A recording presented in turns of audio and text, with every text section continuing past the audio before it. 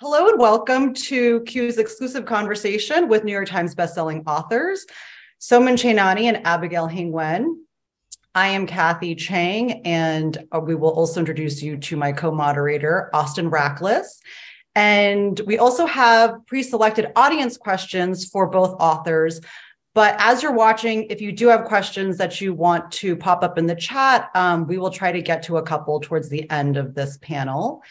And since we want to just kind of dive in, I'm going to first introduce Abigail.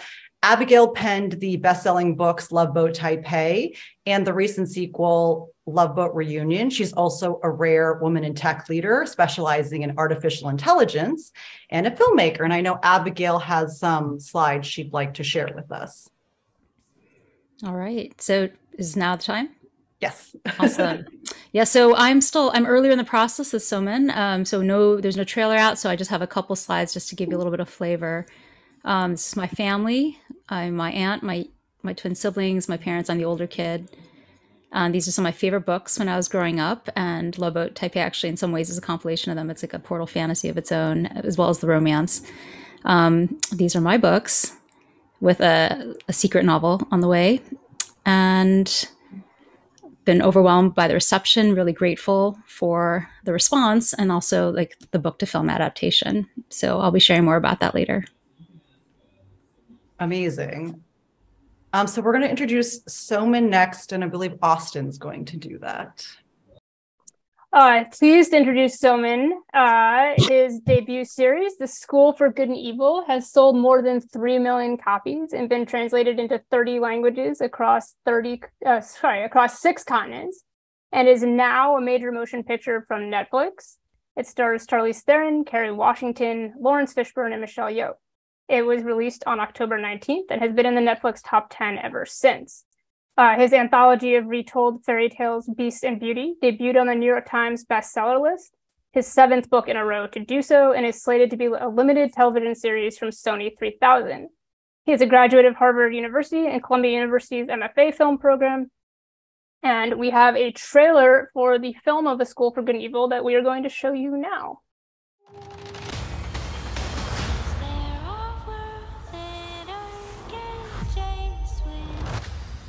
Well, I mean, that was my intro. I did go to the School of the Arts with Soman.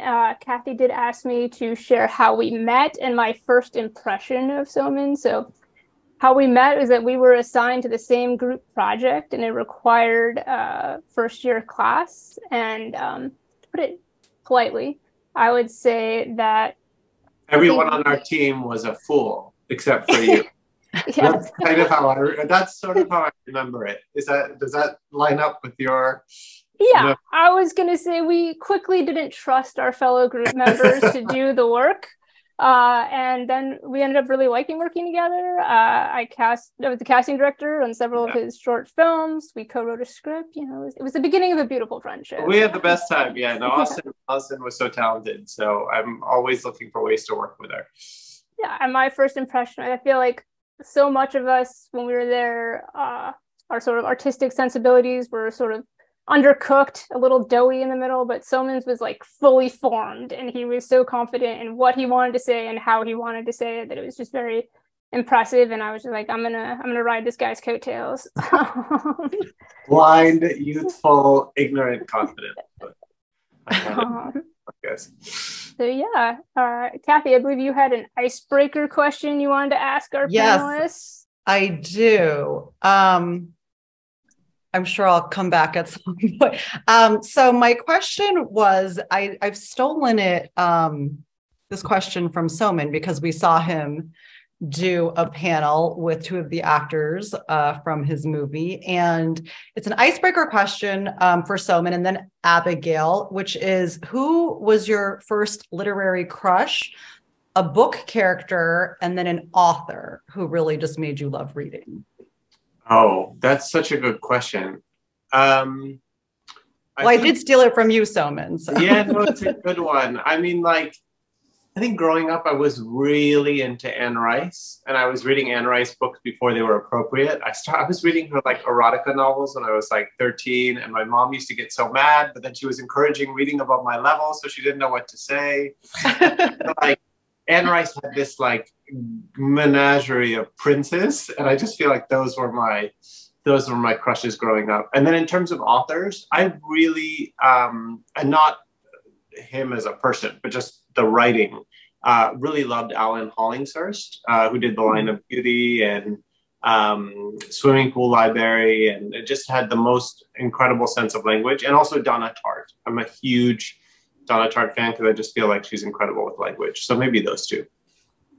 I love it. So Abigail, who was your first crush, book character and author? Although you did show us some author pictures. I did. So I would say, Laura Ingalls, my husband would joke that I was constantly quoting the wisdom of the Ingalls family. So I love the pioneer life. I love all the details that that Laura used to describe the world. And, I think at the time that she wrote the book, she was trying to capture a way of life that was fading. And, I loved the whole Ingalls family. I feel like I grew up on those values. And similarly with the Chronicles of Narnia and Harry Potter, I love portal fantasies. I think I love this idea of you going into another world and then having this adventure, a magical time, and then coming back transformed. And in a lot of ways, Love Boat Taipei, which is about a girl going from Ohio to Taiwan for this Love Boat program, is very much a portal fantasy, even though it's actually contemporary fiction. But it's about a girl going to another world, learning the rules of that world, experiencing a magic transformation, and then coming home changed. I love that. Okay, so I know Austin has a question for you too. Yeah, real simple. I just wanted to start at the beginning and tell us the story of how your first book was published. Was writing a book something you'd always aspired to do, or was this sort of a career pivot? And yeah, how did that happen? Well, tell us about that journey. Abigail, do you want to go first on? Sure. So I started writing 15 years ago now I was pregnant with my second child. I was thinking about being a law professor. Actually, I came, out of Columbia Law School, and I was clerking on the DC circuit, and I'd kind of done everything I needed to do on that path. But I'd even written an article and it won some national award, but like 5 people read it. And I felt like I just couldn't bring myself to write that legal article that I would need to do to go on the market. And instead I had this like fantasy novel swimming around in my head. It was a high fantasy about a boy, in another world with a sword and a portal. And my husband was like, you're so excited about this story. Why don't you just try it? And so I wrote that instead of the legal article, and it just came pouring out of me. And that's when I was like, wow, I had no idea that I didn't even know I was creative at that time. And so after that, I ended up writing 4 more novels on the way to Love Boat Taipei. Couldn't get any of them through the gates. It was a time before Crazy Rich Asians and Hamilton opened up the world for more diverse storytelling, finding general audiences. And then Love Boat Taipei was the one that actually broke out. And that in the writing of that, I think I'd gone on that program myself. It's a real program that was started by the Taiwanese government in the 1960s to bring overseas Chinese and Taiwanese youth back to basically like their parents' country to learn Chinese language and culture. I went on the program not realizing that actually what it was known for was this like summer free-for-all. That's how I got its nickname Love Boat. Where parents would send their kids to find a spouse, and there was a lot of hooking up, sneaking out, clubbing, drinking snake blood sake. It was a really crazy, wild experience that was really well known within certain circles in the Asian American community, but not really well known outside it. And so I ended up novelizing it, and it became Love Boat Taipei.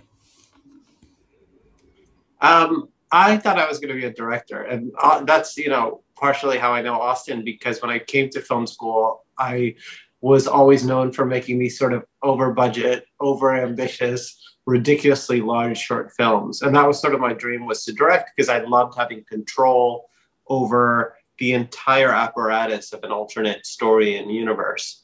And so I came out of film school sort of pretty well equipped. I had sort of a hot script. I got signed by CA in my 3rd year. I had an ego that was as big as my ambition at that point.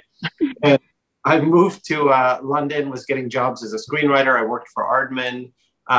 My film was in pre-production, getting fully financed for me to direct. I was only 27, 28. Wow. And everything was going really well. And then it all fell apart in the course of 2 weeks. I think the financial crash kind of had a slow kind of ripple effect. And it ended up taking down all 3 projects I was working on. The 2 that I was screenwriting and the one I was going to direct, where all sort of financing sort of imploded. And I came back to New York and had no job, no money, nothing, because everything was sort of based on, you know, the promise of those projects delivering. And I started tutoring kids for the SAT, and that's what I was doing every day. And I just sort of resigned myself to being a tutor because I couldn't find my way back into the film world at that point. And I had the idea for the School for Good and Evil. I'd had it for a while because I had sort of majored in fairy tales in college, and fairy tales were a big part of my life. And I always wanted to do sort of a revisionist Disney sort of epic. And I just thought, how can I write this as a movie? No one's going to make it. No one's even hiring me to do anything right now. No one's going to make this as a movie. And I suddenly had the inkling one day of, well, you've been working in this industry now for a couple of years and you have nothing to show for it. What if you did it as a book first? Then you would have control over the property. And if it ever ends up being a movie or whatever, you would get paid twice. And it was just this sort of like thought in my head. And I started like working on it as a book and realizing that deep down, it was probably something I always wanted to do, just having absolute control over how it was presented on the page, not having to take notes from useless executives and, you know, having complete power over everything. And ultimately, you know, cut to 10 years later, I've now written, you know, 6 books in that series, 2 prequels, and I never went back to directing because to have so much power over the page and the way that it's brought out into the world and the market, it sort of satisfied all those impulses. So yeah, it was just the result of me wanting to direct and finding that those same muscles were exercised through novel writing. And I'm a big fan of the books and the movie, which I have seen on Netflix. It's amazing. It's beautiful. I think what's so, oh, sorry. Oh no, go ahead. What's so interesting is, like, Soman, you're describing this roller coaster of emotions where you thought a bunch of your projects were going to get greenlit. And then Abigail, you got so close to getting published, you know, you wrote one book and then another. And a question I have for you is, you know, in this early time in your career, you didn't know whether, you know, now you're established, your books have come out, they've been made into movies, but what kept you going back then when you were just facing so much rejection and hardship and not knowing if your project would ever see the light of day? I think the truth is, when you do have a story that's good enough, you know, it forces you to write it, you know, or you just sort of shove it into the closet. But then I think you sort of pay the kind of emotional consequences for it. I think when there's a story that you know you're meant to tell, and School for Good and Evil had haunted me for a long time, and the sort of force it had over me in the years that I was writing it, it just sort of was meant to be. So I feel like the important thing was that I think I had spent so many years being like ambitious and focused on results. And once I lost it all, I almost gave up on that dream. And then the story took priority. So when I wrote School for Good and Evil, I had no ambitions for it. I never thought it would actually be published. Like, I wrote it purely as kind of this primal scream to like control something myself and have it done.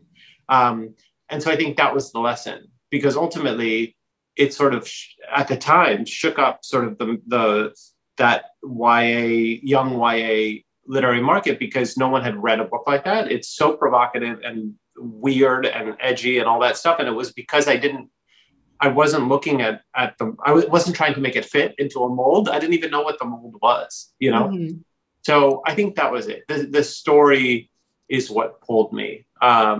And I think that's, now that like I'm done with School for Good and Evil world after 10 years and I'm going to start building a completely new universe, I'm trying to get back to that place where there's no stakes, there's no expectation, there's just let's see what story pulls me forward. Yeah, I absolutely agree with that as well. So for me, I think it was a long process of finding the courage to call myself a writer. So that first novel I wrote, it's called Foxstone. I still love it.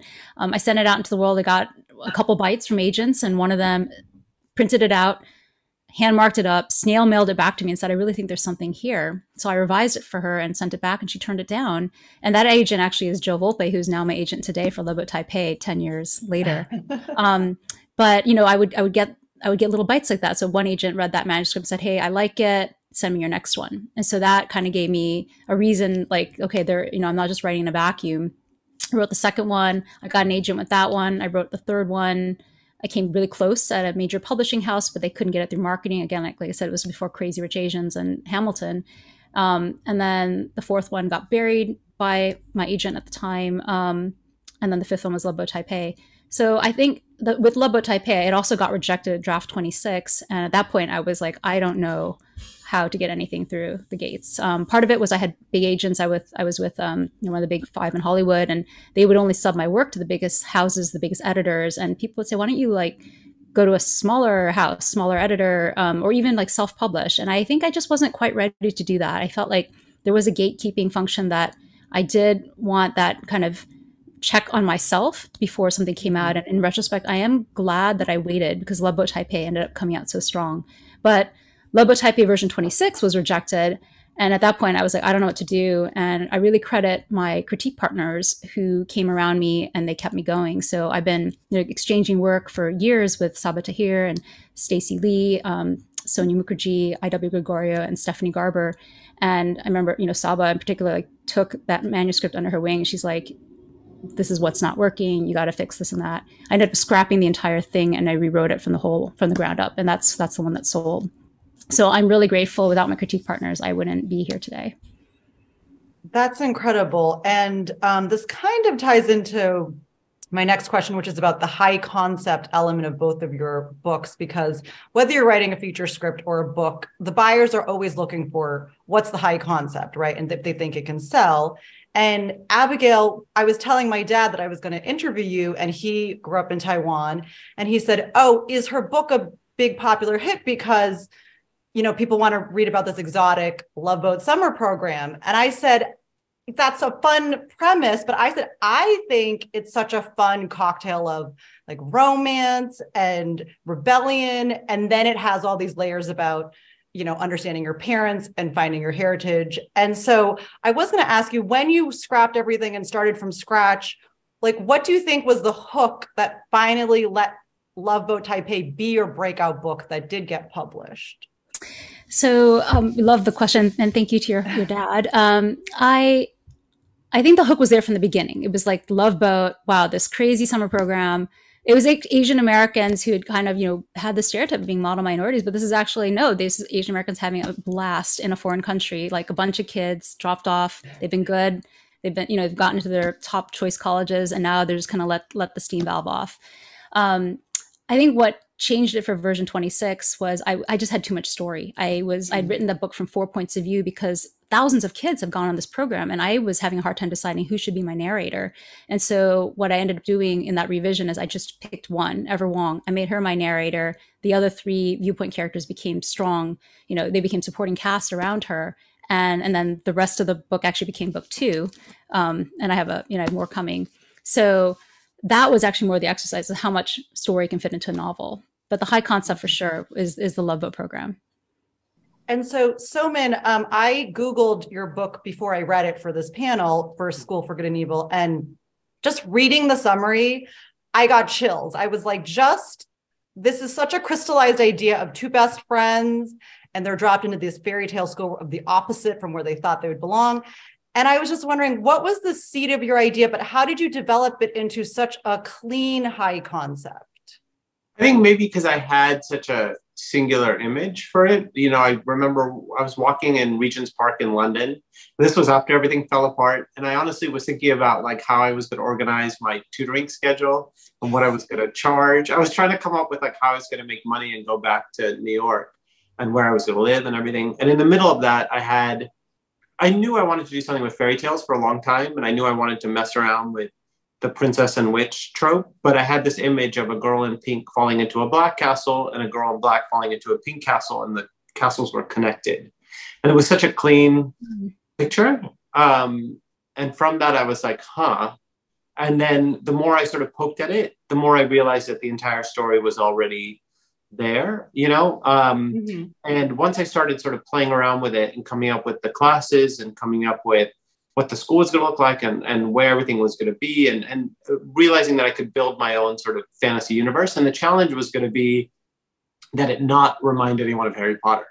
And I think that was going to be the big challenge, which is interesting now because when the book came out, I remember before it came out, everyone was like, oh, it's going to be like Harry Potter. Here comes a Harry Potter wannabe, all this stuff. And once it came out, we never heard that ever for the 9 years that the books were out, because the tone of it is so different. Harry Potter's so kind of solid and British, and mine is like, it's sort of like this kind of horror gothic, like gay camp extravaganza. Like it's just like, it's very different and it doesn't fit. It's very female and the men are so objectified. It's just a very different world. It's interesting with the movie because you get the comparisons a lot more. And I think that's more natural because once it's actually put on screen and you have like a physical school, it's hard. It's harder but in people's imaginations, it's different, and I think that's what, because in my head, the way it was generated, that sort of generative image was so unlike anything in Potter. So I think that's what gave me the courage to write it, because I started it only about 5 years after the last Harry Potter movie came out, so I didn't want to go to war with something that I loved and everybody else loved. Mm-hmm. So we are going to have our first audience question. Obviously, when both of your first books came out, they were huge hits. So then Hollywood comes calling. So we want to talk about your page to screen journey. And we're going to have your first question from Peter Forbes, who is a graduate from School of the Arts.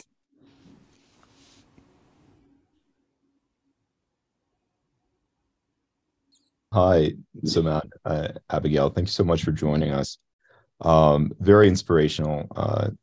I am really curious because of the intersection of film and writing, that sort of initial transition into starting into film. You're both authors of these books, and I'm sure like you feel very, very that they're very precious to you because you've spent so much time with them. Obviously, they're almost like, I've heard writers talk about their books being like children in some ways. And so suddenly you have Hollywood like, all right, so can we take this from you and make something out of it? And I'm really curious, like what, from a producer or a production company, how did you decide that you were comfortable with the option offer that was being presented to you? And I guess because we probably have some producers on the call right now, do you have any suggestions for producers who might be coming to an author and how they might present an offer for an option in a way that would make an author feel comfortable? Abigail, do you want to take that one first? Yeah, this is a really hard question. A really great question too. So I will preface saying that my film isn't out yet, and so I'm limited in how much I can share at this point. But I think that question about how does a producer make an author feel comfortable. For me, I didn't have my 5 books that didn't publish. I didn't have the benefit of having my books out in the world for as long. I pretty much was talking to Hollywood as soon as my book deal was announced. And I'd done, my book actually published at draft 31. So I was very comfortable with iteration in general. And so for me, I think Hollywood is just more of the same iteration. In fact, I have a TikTok video where I talk about it. It's like Loki meeting another Loki, where you feel like I'm experiencing the multiverse with every iteration of the screenplay and every take of every scene on set. But as far as, making a writer feel comfortable, I really think I benefited from being on set. I think like it's wonderful to have that author perspective. And so I think, allowing a producer who's interested in the author's point of view and the authenticity that the author will bring, as the person who has invested 3 to 5 years in creating this universe, and just really actively wanting their opinion, and like I think making them feel safe, that the producers will treat the work with as much care as you, the author, have, and as your editor and agent also do. I mean, my experience going into it was a full understanding that 99% of the time they're going to try to lie to you as the author and tell you that you're going to have control and they're going to listen to you, when the truth is the studio especially is dying to get rid of you. And so knowing that, in fact, it's funny because I had a friend give me this piece of advice and it really helped me, because we were in development for 8 years before it went into production. He told me, whenever you do a call with the studio, at that point it was Universal, he said, put a Post-it on your screen while you're talking that says they're lying. And that's what got me through those first few years, because, you know, they really, at the end of it, the old way of doing things was to kick the author out, pay you off, and then go do whatever you wanted. Two things changed, of course. One was that fandoms got more power through social media. And also there's now been successful instances where author involvement creatively helps the project, right? So in our case, it was tricky because we changed hands from Universal to Netflix. And we changed directors, and it was a constant, you know, battle. And all along, I just made sure that I inserted myself to a place where they saw me as the keeper of the fan base, which was getting bigger and bigger over those 8 years and more global. And they knew that at the end of the day, I had to be happy with it if I was going to sort of put my full force behind it, but also they needed the fans, you know, especially in the case of Netflix, because they need those fans to show up from night one, you know. And it was tough, you know, it was a tough balance all the way through. And I had to really fight a lot of times, and I won some battles and I lost some battles. But the thing that always, you know, I think the important thing to remember as an author is the movie is a trailer, ultimately, the biggest, most expensively produced trailer for your books. So the important thing, though, is that it delivers on something to draw people back to the original source material. So I knew I wasn't going to get the perfect movie. I knew I wasn't going to get exactly what I wanted out of a film. It's impossible when you're not directing it, you're not in control of it, and you're just sort of there as the authorial force, even if you do get executive producer credit and all that stuff. But my goal was to make sure that it was close enough that ultimately it would bring people back to the original material. I loved both of your answers. Question. Abigail was based on a real experience that you had, and Soman, this was something that you had crafted in your imagination. So what was that moment like when you walk onto set and you see something that has existed in your head or that you have experienced replicated? Walk us through that moment. I can do this one first. I mean, my first day was nuts because it was in Belfast during, you know, we were the first production that Netflix did during COVID. Like, there were no vaccines or anything. And we're shooting this massive movie, so everyone's on edge. And I did a 10-day quarantine. And then my first day on set, after 10 days locked in my room, not able to see anybody, I was doing my cameo. And my cameo is at a table with Charlize Theron, Kerry Washington, Lawrence Fishburne, Michelle Yeoh, and like 3 other, you know, actors. And I'm there for 8 hours filming an extended cameo scene at that table with them. And I thought I was going to have a nervous breakdown because I wasn't used to being around people, first of all, and then you're around them and they're dressed as your characters, right? And I think that was sort of one of the more chaotic moments of my life. And I remember trying to like not hyperventilate. And I had rehearsed in my head for that moment the night before. I remember, it's funny, I just remember telling myself, don't say something stupid to Charlize, you know, because she's just exactly how you imagine her. She's Charlize Theron. And if you say something stupid, she will call you on saying something stupid to your face. And I had listened to a podcast a few days before during the quarantine about my favorite movie in the world, which is Showgirls. And in the middle of this podcast about Showgirls, someone was like, oh, you do know that Charlize Theron was supposed to star as Naomi Malone before Elizabeth Berkley got the role. And I was like, what? And they just bypassed it and kept talking. And I was like, that's the first thing I'm going to ask Charlize. So I get on. So literally sit at the table. Carrie and Charlize turn to me and they're like, so you're the author. Does any of this make sense? Are we even close? Like, does any of this even look close to what it's supposed to? Are we totally effing up your movie? And I looked at Charlize and I said, is it true that you were almost in the show? That's a good icebreaker. Stares at me for a second. Just cut right to the chase. Stares at me for a second. And then she's like, that bitch stole my movie. And from there, we were good for the rest of the day. So it was crazy. But the other crazy part about that whole thing was that, you know, when they're dressed as your characters, it does give you some comfort as the author that you feel like you know the world you're in. If I had just met them as their human selves, I think it would have been harder. Yeah. Oh, I love that. I was definitely feeling all that right there. I have been to Taiwan now 5 times. The first was when I was 12 with my family. The second was when I went on Love Boat as a 19-year-old. The third is to research book 1, and then the fourth was to research book 2. And both times I was just by myself, walking around town. I took a tour on the island all by myself, typing on my laptop. And then the 5th time was filming, and suddenly I was there in Taiwan, also through 14-day quarantine. But I was there in Taipei with 150 people. And that was, to me, the most mind-blowing part. And they were all there because of Love Boat Taipei. They all had these little lanyards that said Love Boat Taipei. And I think that community that's formed up around the books and the film has been the most magical part of all. That is amazing. So our second audience question is for Soman. And Soman, this is a very special guest. It is my stepson, Alex Farkas, who is going to ask you a question. He's a college freshman at James Madison, and he's an avid moviegoer. So I'm very curious to hear what he's going to ask you. Hi, yeah, I'm Alex, as she introduced me. I watched the movie about a week and a half ago, and I very much enjoyed it. It was a very good movie. And I have not read the book, and I am planning to do so. But from watching, you said about the trailer is like this very big budget.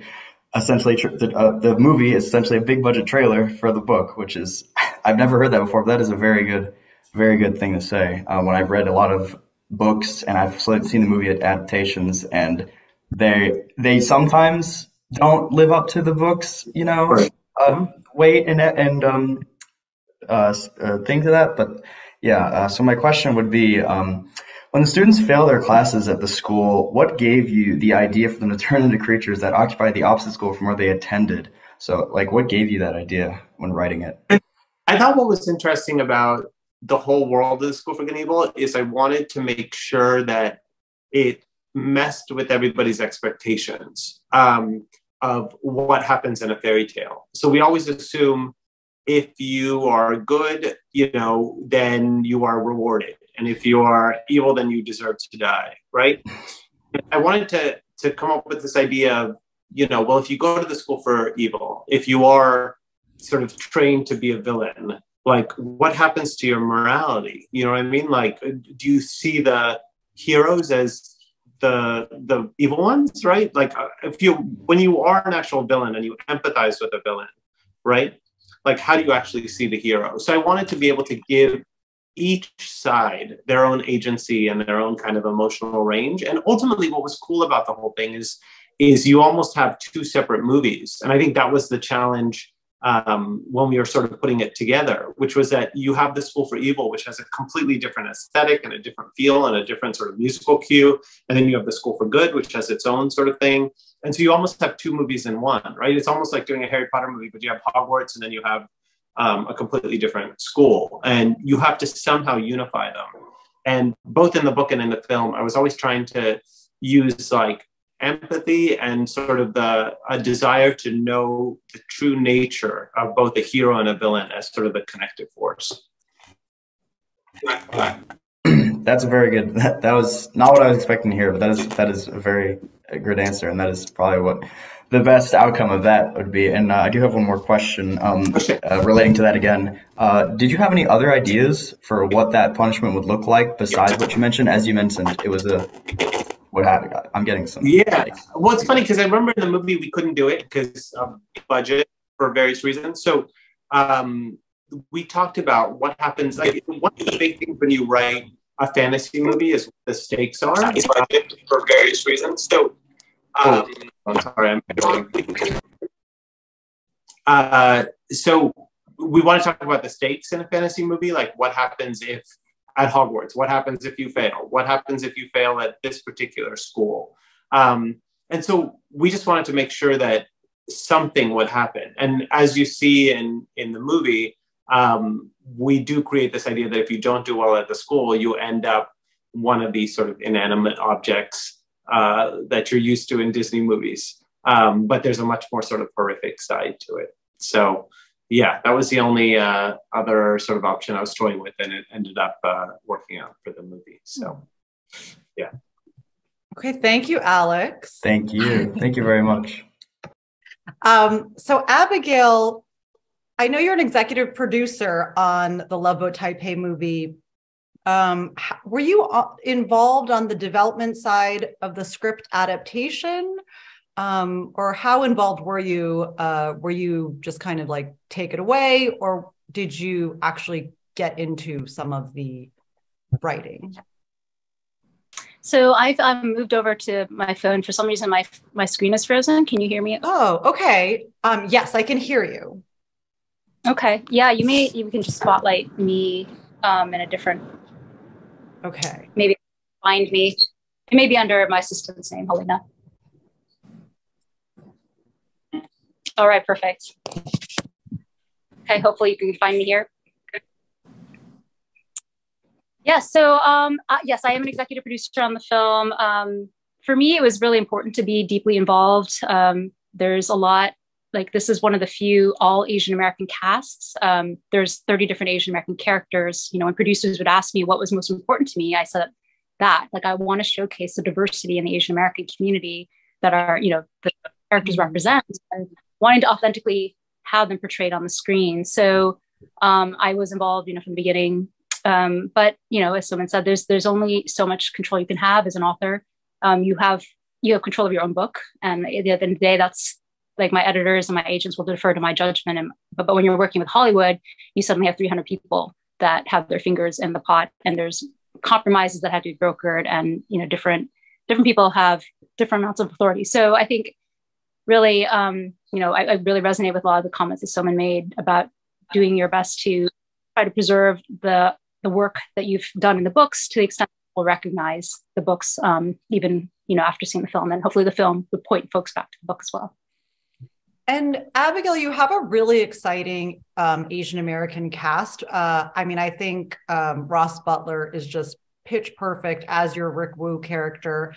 So obviously he is going to be the male lead of the movie, but I know he is also an executive producer on the project. So I was curious if you could say anything about what it was like working with him on kind of in that producing role. Yeah, so I think what I can say, you know, again, with the movie not being out yet, I'm limited in what I can say. So I would invite everyone to come back for that discussion, and hopefully someone can join us as well. You know, I enjoyed every single person on the set. I think I was thrilled with the casting. You know, Ashley Lau plays our Ever Wong, and she was actually just cast in the Hunger Games, so that's like super fun for me. Chelsea Zhang is Sophie Ha, and Nico Haraga plays Xavier Ye. And I think with each of those people being cast, it just felt like, wow, they're coming to life for me. And it was really rewarding to have a conversation with someone who knew and was as invested in the character as I was. And I think that's just part of the magic of seeing your book come to life. Okay, amazing. I'm going to be first in line to see your movie. And we now have an audience question for you, Abigail, from Kurt Kanazawa, who is a Columbia College alum. Awesome. Hello, can you hear me? Yes. So, Abigail, I really enjoyed reading your book. I'm very excited for the movie. I love the emphasis on like the Asian Americanness of it, like you were just talking about. Although I'm not Chinese or Taiwanese, I am like Japanese and Filipino. We don't have a program like this, but they should.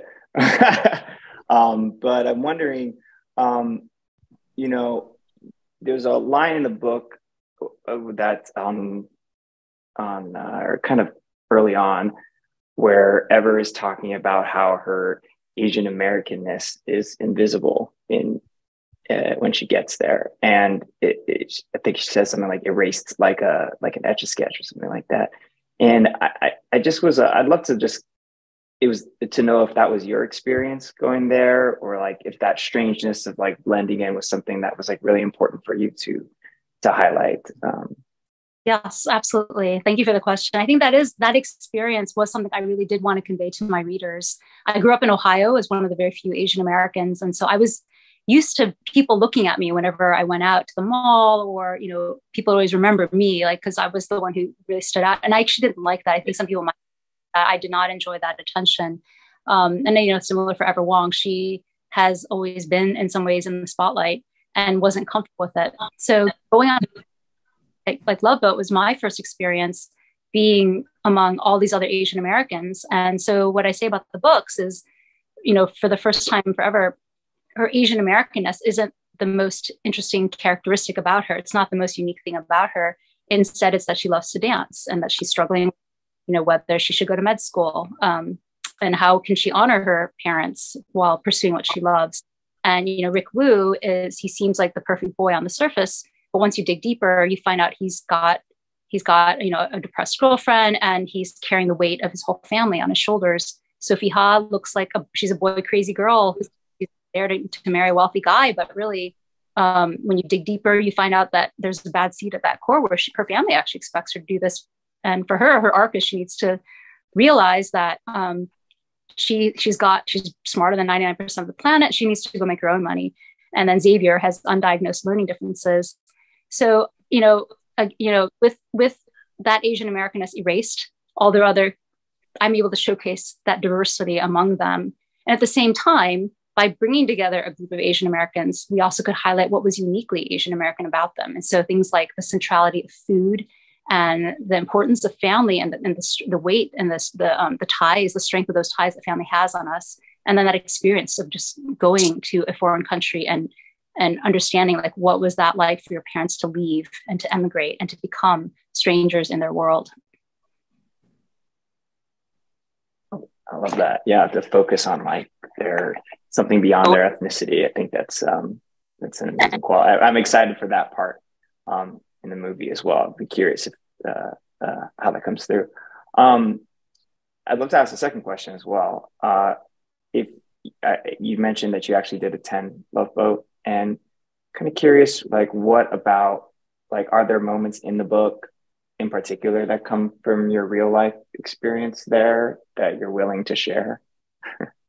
I know there's a lot of jokes that drinking. Yeah. So my character makes a lot of not so good decisions, and I would say it's actually a fictional story. But the internal journeys are mine. So that that choice between honoring your family and pursuing what you love. Even like for Sophie, kind of just recognizing her worth and the value that she brings to the table herself, and Rick having the weight of perfection on him when actually really there's a lot going on underneath that's not perfect. And David with the learning differences, that's also true in my family. So I think all the internal journeys are mine, but the external journeys are quintessential Love Boat stories of sneaking out clubbing and drinking snake blood sake. That one I got from my husband. Sneaking over the blue pipe. I actually have a photo that I sometimes share, but sneaking over the blue pipe is like one of the ways out of campus that I didn't even know about. I actually only found out when I talked to my husband about it. I snuck out the front door with my friends with like the counselors running after us. Some people climbed over the wall and broke their glasses, and he and his friends actually climbed up over this pipe, crossed the river, and down on the other side. So I think I kind of collected the stories from everywhere, including I think even the Korean Love Boat, which is also its own program. And then I think the stories of our identity, that identity journey is also kind of my experience of how do you bring together both sides of who you are into your art. So Ever in the end does a dance that draws from Eastern and Western traditions. How do you come to a deeper understanding of your parents and why they are the way they are when they sometimes just seem to operate a set of values that are so foreign to you. So I think those are all, again, true to who I am, and Love Boat ended up being like an amazing vehicle to write about all those things and explore it for myself. Amazing. Yeah, really enjoy the book. Can't wait for the movie. All right, thank you, Kurt. I wanted to ask about your writing process.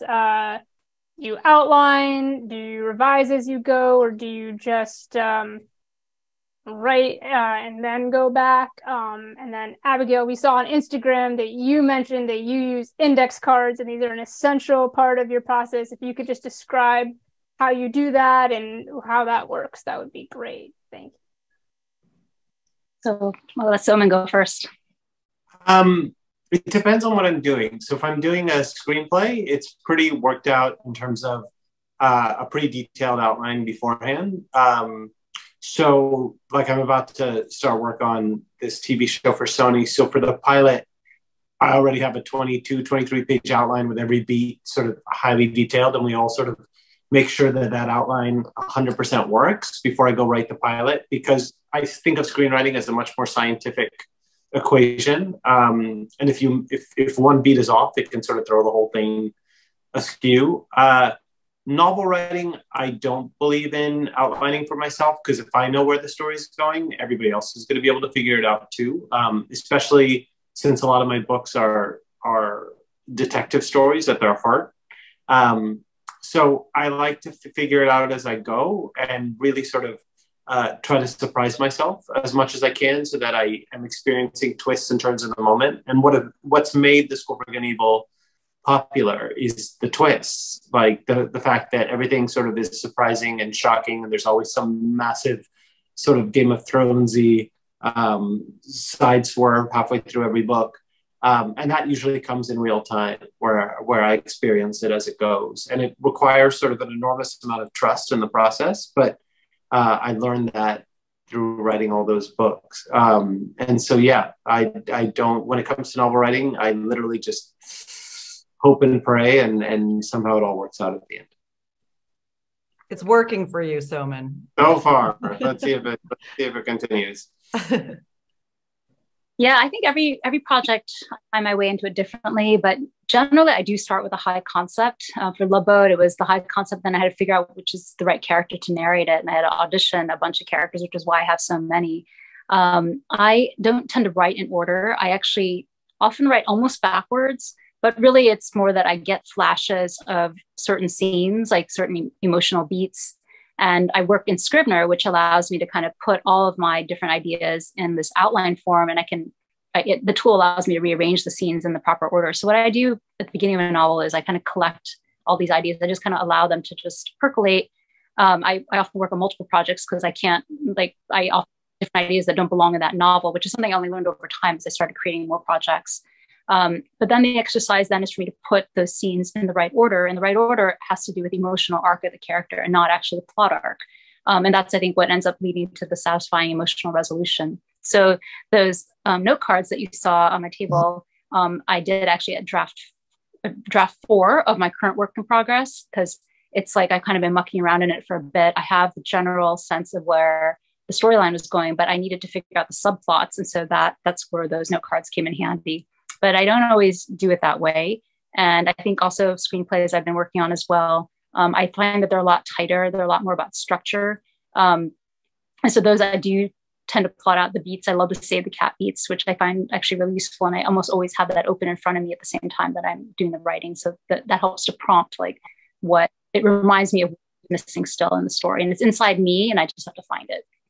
Okay, love that you said that, Abigail, because I write scripts and a lot of people don't think Save the Cat is that great, but I personally use it as my Bible. Like it just works for me.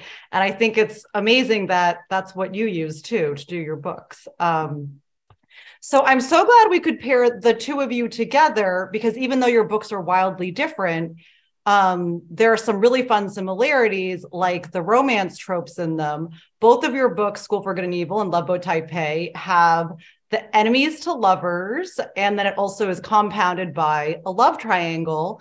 And so I was wondering, did one come before the other? Did the romance arc change as you were doing the drafts, or did you always feel strongly?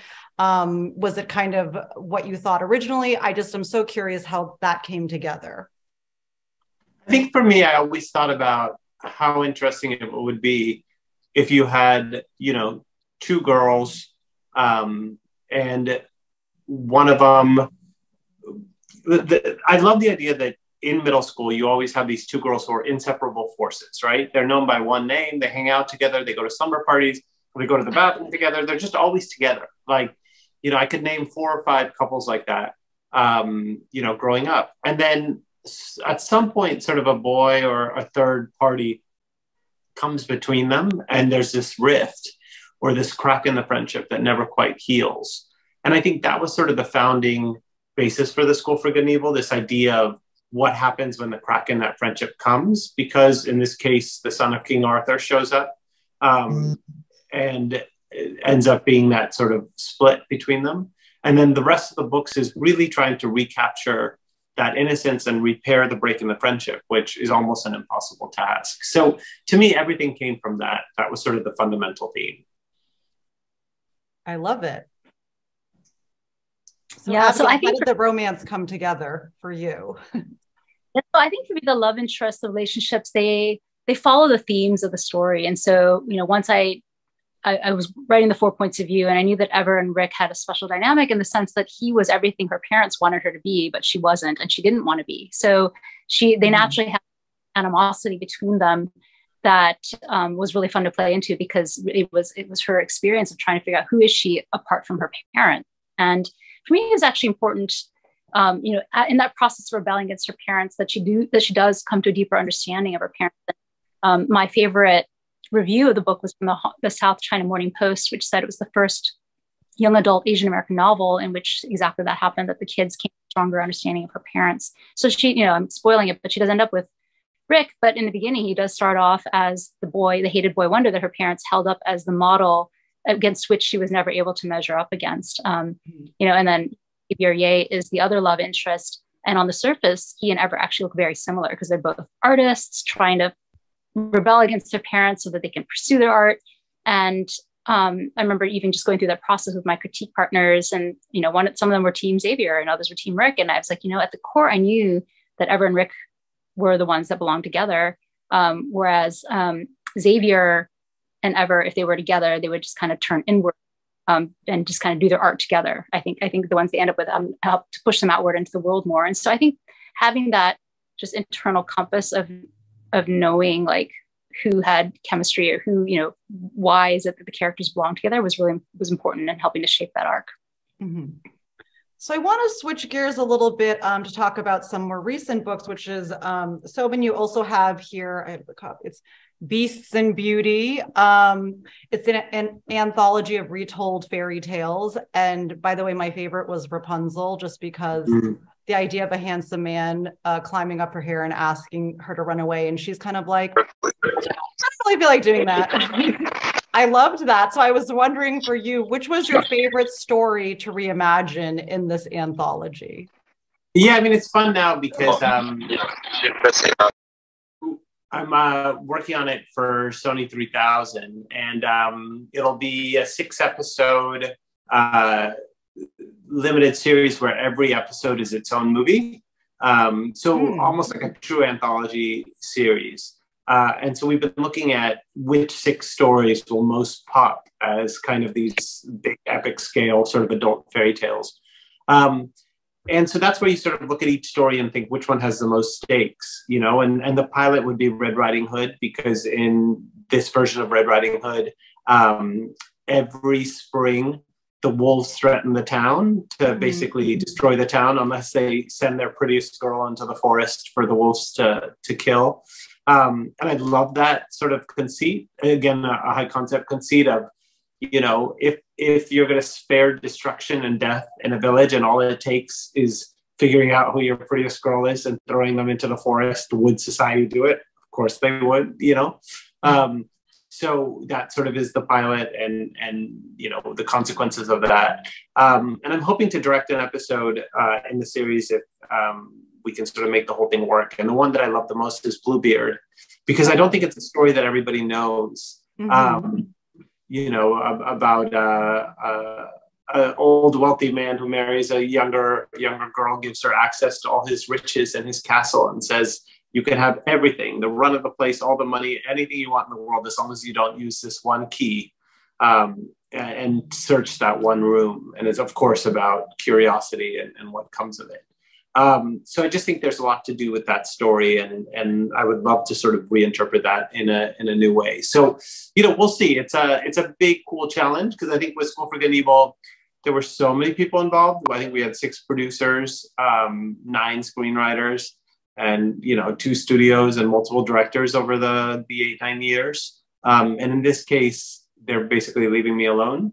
So I'm happy to have total control over something on screen rather than just a book for once.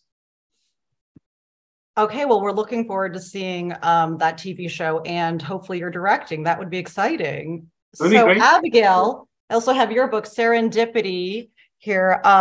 It is 10 romantic tropes transformed, and your short story in this collection was class warfare. So how did you approach kind of making the rich girl slash boy from the wrong side of the tracks romance trope kind of fresh again to you as you were working on it?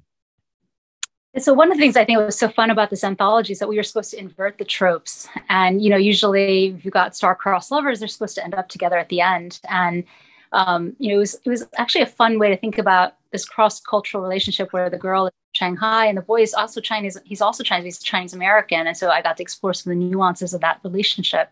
And really, so the story is about like when Tan leaves, he lives in Silicon Valley, when his girlfriend is kidnapped, he builds an algorithm to find her. And really, it ends up being a story where he thinks he's the hero. He's going after this girl with everything he's got. And when he finally finds her again, she's like, you ruined my life. Like, you just kind of screwed all this stuff up. And I was glad to be away from you. And, I think that was my way of averting things. But she comes from a different world than him. Her parents are billionaires in China. And he's like a scrappy from a working class family in Palo Alto. And he recognized like, wow, our values are just really different, but that's actually okay. And so, Austin, I know you wanted to ask a question about branding. I'm going to check in with Peter about the chats while you ask this question. So obviously, social media has become a more important part of an author's life than it was maybe 20 years ago. You both have very strong social media presences. So how did you go about developing that? How do you decide what you're going to share about yourself and the persona that you create? What went into that process of establishing your social media presence? That's a really good question. I think for me, it's funny because I think it often is different based on gender to some extent, I think, which is a weird thing to say, but I think from what I've observed, if you're a female author, a lot of times you're not just looking at, your readers, you're also looking at fellow writers who potentially look up to you. And so there's a lot of more lifestyle stuff that I've seen in sort of the successful female authors who, are sort of presenting their career as YA authors. There's almost this half your writing process and then half sort of your particular lifestyle brand. With males, I think it's a little less that, to some extent. I just think you don't have the same correlation. So I had to sort of figure out what I was going to do on the social media front. And to me, it's more about engaging the fans of the book and just making them feel like it's their social platform. So I'm constantly just looking at cool things that readers are doing involving the books and then highlighting that. Obviously for the movie, it's different and it becomes a much more sort of, platform for the film that you're promoting. But usually for me, it's all about highlighting cool stuff that the readers have done because, with School for Good and Evil, it's unbelievable the amount of insanity that I've seen over the years of what, kids do. Like one school turned their entire school into the School for Good and Evil. Another school gave their kids engineering department the assignment of creating a theme park for the School for Good and Evil. And they developed an actual sort of like live 3D model of an entire theme park. So like I'll put that stuff on and really encourage engagement with that. And I think that's sort of been the winning formula, over the years. And I would say I'm still figuring out my way around social media. It's not my natural forte. I joke that HarperCollins did a review of my social media when I first started out. I love HarperCollins.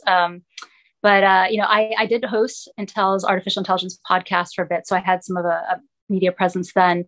And I think the best advice I got was just be yourself on social media. And so for me, it's been an opportunity to connect with readers. Like I loved seeing the reviews. I love seeing the fan art that people make TikTok videos of themselves reading the book. And I think there was one where someone was crying that ever didn't end up with Xavier. And that was hilarious. I think it was done in Brazil.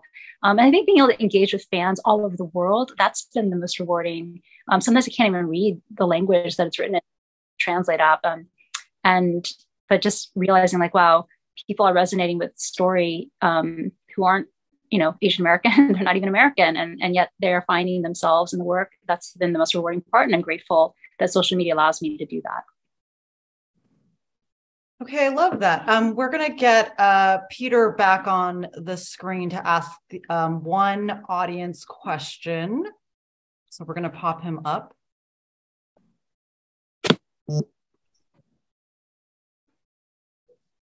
Hello again, Peter. Hello. So happy to be back. The audience question we got was, is the movie version what you expected from Elaine Aldrete? And I feel like you may have kind of touched around some of that before and early in the conversation.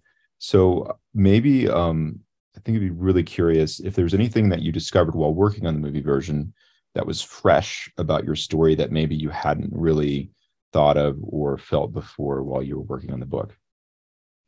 I think for ours, once you have these huge actors coming in to play the teachers, you want to give them bigger arcs to play because they're going to really be front and center in a lot of the film. So, for instance, in School for Good and Evil, there's multiple teachers. There's a lot more faculty members. We tended to give Charlize and Carrie all the classes to teach and all the sort of main big scenes to teach, plus giving Charlize this kind of cool, seductive backstory of her previously being in love with the schoolmaster and all these kind of, sort of extra things that would make her character stronger and give her a lot more to play. So often it depends on the actors, and once you know who's playing those roles, you can then go in and sort of tailor the part appropriately. And in that case, that's where the author can help, because no one would have made those changes. They would have been afraid, given the mythology of the book. And that's where I can come in and be like, it's okay. Let's make this huge leap.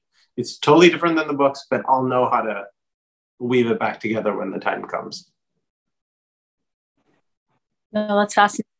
I think for me, what I've loved is just what different mediums can bring to a project. So, a novel can go deeper in the interiority of the character, but the film can showcase the world. So being able to showcase Taipei, and then the dance element that I can write about it in the book. I can write about how it feels in her body, but it's only that you can actually kinetic energy.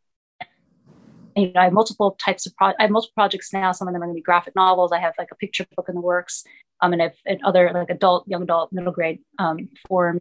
And I think for me, the joy is actually figuring out what does that form bring to that particular work, and then also that iterative process of like taking one form into another is part of the fun too.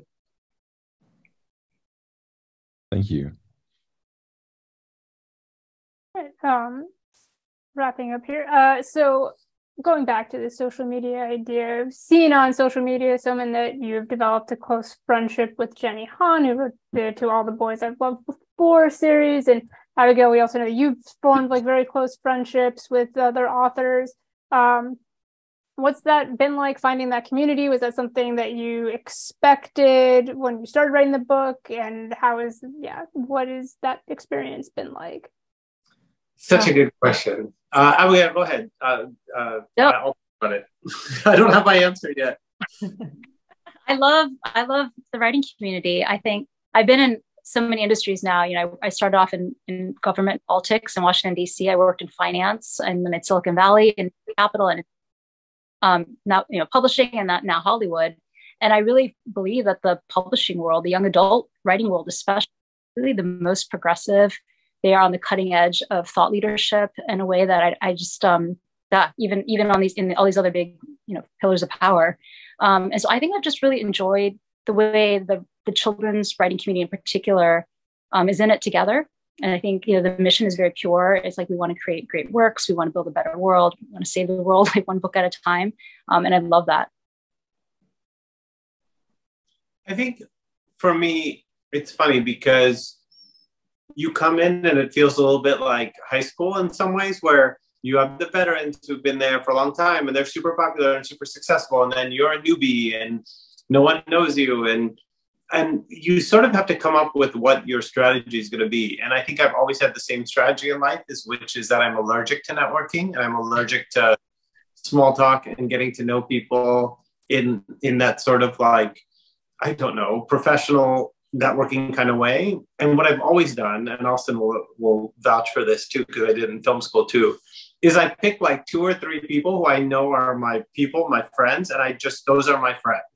And often they end up, for whatever reason, having success in their chosen fields. And then at the very least, they know that you're actually their ride or die, and you didn't choose them because they're successful. So the reason Jenny and I think, are so close is we met long before, Tall the Boys had any success, any big success or anything like that. But it was just, when you do go into this world of whether it's film or whether it's YA or whether it's whatever, it's just looking for people that you bond with on a truly human friendship level.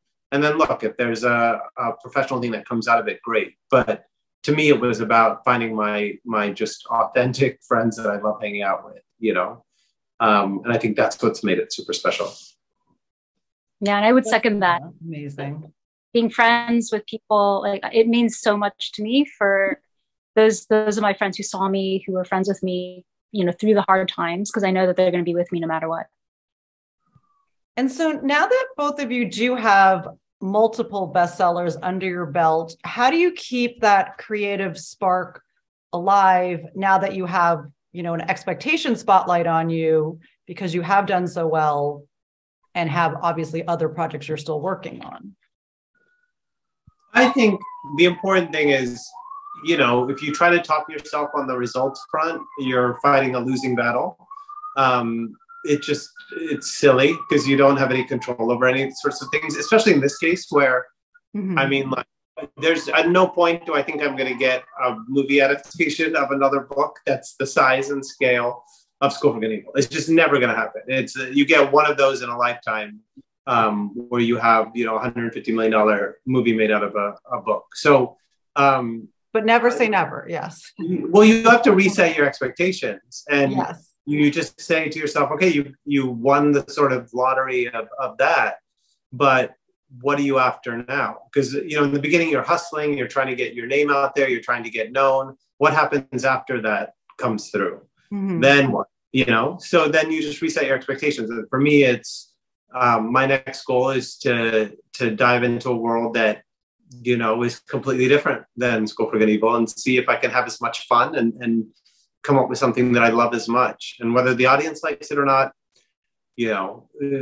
also you have to remember, industry's changing in the sense of everything's fracturing, right? So where the audience that we had 10 years ago is now fractured in a million different ways, by TikTok, by TV, by video games, by everything. You're not going to get the same numbers, So, and literacy is going down. We're fighting all these challenges.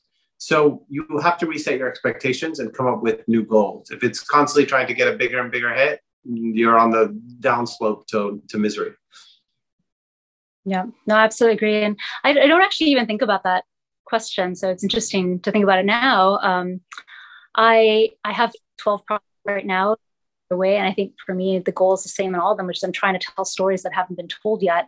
And I want to do justice to all the characters in them so that they're as authentic as possible. I feel like a lot of what I do is build bridges. So in Love Boat Taipei, I was bridging across cultural divides and generations. So my favorite story was a 15-year-old girl reading Love Boat Taipei with her 90-year-old grandmother from Asia, but also seeing bridges built across ethnicities. So my Italian-American editor, who resonates with Efra's family, so, her family's just like mine. And so I feel like that's kind of a theme in all my works. Like, how do I bring people together that are different? How do I help people understand these minority experiences so that they can be better allies, and that we can, I really do feel like a lot of the divide that we're experiencing in our country right now has to do with just this general misunderstanding, this general mistrust, this general inability to put ourselves in other people's shoes because we just don't know anyone like that person in our life. And so I feel like that's a big part of my calling, is to help demystify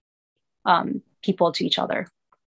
So we're coming to a close, but do either of you have any words of advice for emerging writers as they are starting their careers, based on what you've learned in your journey so far?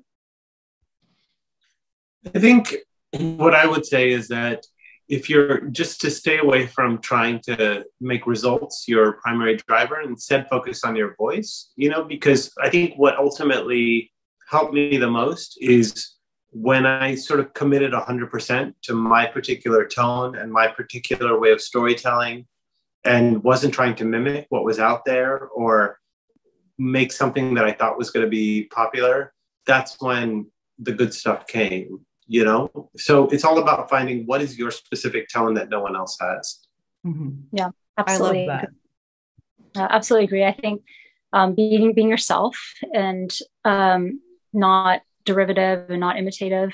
And then trusting yourself, because there's only figure out what is it that only you can bring to the table, the stories that only you can tell, and what you think is funny, what you think is interesting. All those are another aspect of yourself that you bring. So I feel like even with my 12 projects, some of them are wow, I can't imagine this is funny, but I think it's funny, so I'm going to run with it. So just that kind of self-confidence and that trust is really how you're going to leave your mark, that only you can leave. Okay, well, oh wait, I think Austin has a shout out to a couple of events we have coming up, and then we're going to wrap up.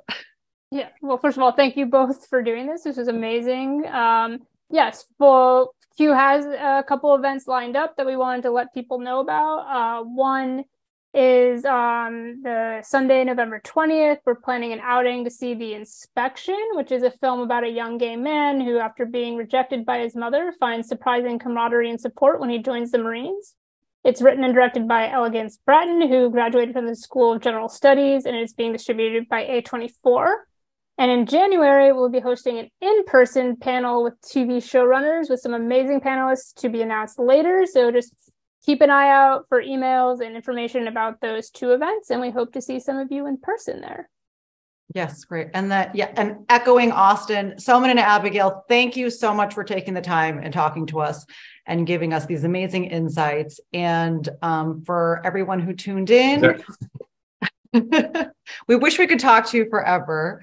And for everyone who tuned in, we are excited for the next events that Austin just highlighted and hopefully connecting in future. So thank you, and we will see you soon.